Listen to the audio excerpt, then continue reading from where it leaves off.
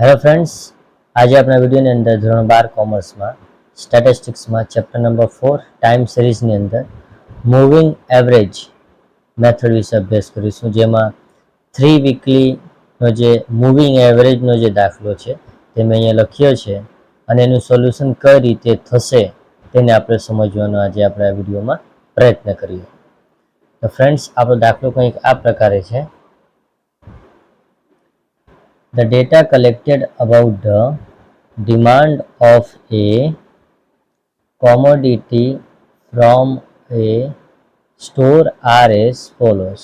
Find the trend using 3 monthly moving average. 3 monthly, 5 monthly પણ આવે છે અને 4 monthly પણ આવે છે. બરાબર. પહેલા આપણે આ 3 મંથલી વાળો જોઈશું, પછી આપણે નેક્સ્ટ વિડીયોની અંદર 4 મંથલી અને 5 મંથલી પણ વારાફરતી સમજીશું એને પણ. બરાબર. આ દાખલાઓ તમને બોર્ડની અંદર ટોટલ 5 માર્કમાં પૂછવામાં આવે છે. બરાબર. આ કઈ રીતના થશે તે સમજી લઈએ. અહીં એક વસ્તુ યાદ રાખજો કે અહીંયા મંથલી વર્ડ જ્યારે આપવામાં આવે ને ત્યારે આપણે અહીંયા મંથલી લખવાનું, વીકલી કહે તો વીકલી લખવાનું, યરલી કહે તો યરલી લખવાનું. બરાબર. ચાલો, આપણે ટોટલ અહીંયા 2 કોલમ આપી દેવામાં આવશે. પહેલી કોલમ અને બીજી કોલમ. બરાબર. પહેલી કોલમ અહીંયા આપણને આપ્યું છે મંથ અને બીજું છે ડિમાન્ડ એટલે યુનિટ્સ, અને આ જે આપી છે સેકન્ડ કોલમ એને વાય કહેવાય. બરાબર. અહીંયા મંથના નામ આપી દીધા છે દરેકના, January, February, March, April, May, June and July. પછી ડિમાન્ડ છે જે તે મંથની અંદર 15, 16, 18, 18, 23, 23 એન્ડ 20. ઓકે, આ કોલમને કહેવાય વાય. બરાબર. એની બાજુમાં એક કોલમ તમારે બનાવવાની છે ટી. ટી લખવાનું, ટી ફોર ટાઈમ. બરાબર. ને લખી દેવાનું 1, 2, 3, 4, 5, 6 એન્ડ 7. લાઇનમાં કન્ટિન્યુઅસ નંબર લખવાના સિરીઝમાં. ચાલો, અહીંયા તમારા 2 ટાઇટલ બનશે. એક આવશે 3 મંથલી મૂવિંગ ટોટલ અને બીજું આવશે 3 મંથલી મૂવિંગ એવરેજ. બરાબર. અહીંયા ખાસ યાદ રાખજો, મંથલી કહે તો મંથલી, વીકલી કહે તો વીકલી અને યરલી કહે તો યરલી લખવાનું. અહીંયા ને અહીંયા બાકીના જે વર્ડ છે તેવા બેઠા કોપી. 3 મંથલી જ્યારે પણ તમે ગણો ત્યારે આ બંને કોલમની અંદર પહેલાની અંદર અને છેલ્લાની અંદર છેલ્લી વેલ્યુ અને પહેલી વેલ્યુમાં ડેશ મારી દેવાનું આપણે આ બંને કોલમમાં, પહેલા અને છેલ્લી વેલ્યુ. બરાબર. 3 મંથલી કીધું છે, 3 કીધું છે એટલે 3 નંબરોનો ટોટલ કરવાના આપણે. સ્ટાર્ટિંગથી કેટલા કરવાના? 3 નંબર. જેમ કે આપણે જોઈ છે કે 15, then 16, then 18. બરાબર. તો એ ત્યાં 3 ટોટલ છે, 15 પ્લસ 16 પ્લસ 18. એ ત્રણેયનો ટોટલ થયો 49. પછી એને નીચે આવવાનું. આ જે પહેલો નંબર છે ને એને આપણે લીવ કરી દેવાનું, છોડી દેવાનું. સેકન્ડ નંબરથી કોપી કરવાનું. જો 16 આવી ગયો, એના પછીનો 18 આવી ગયો. રાઈટ. આવી ગયો.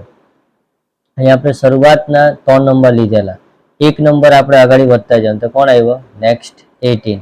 તે આપણે એડ કરી દેવાનું. કમ્પ્લીટ. અહીંયા એ ત્રણનો ટોટલ આવ્યો 52. ઓકે, નેક્સ્ટમાં હવે આ 16 ને લીવ કરો અને આ 18 અહીંયા આવી ગયો. આવ્યો બીજો 18 અહીંયા આવી ગયો. પછી ચાલો આના પછી નેક્સ્ટ નંબર કોણ આવ્યો? 23. બરાબર. એક એક નંબર ડાઉન થતા જવાનું. એ 23 આપણે એડ કરી દેવાના. ત્રણેયનો ટોટલ કેટલા? 59.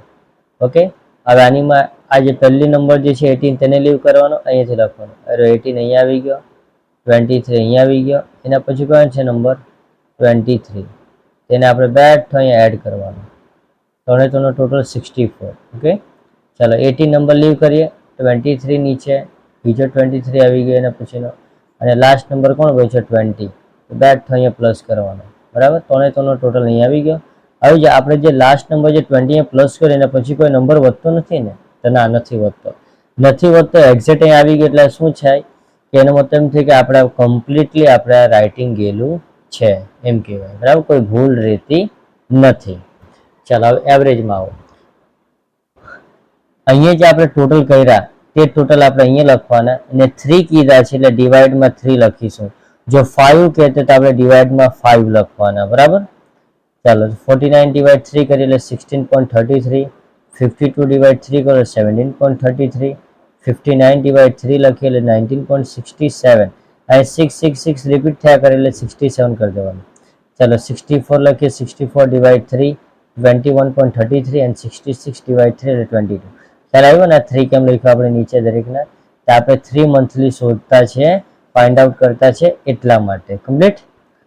તો ફ્રેન્ડ્સ, જો તમને આ વિડીયો પસંદ આવ્યો હોય તો તમારા ફ્રેન્ડ સર્કલમાં વિડીયોને શેર કરવું, ચેનલને સબસ્ક્રાઇબ એન્ડ લાઇક કરવું. Thank you.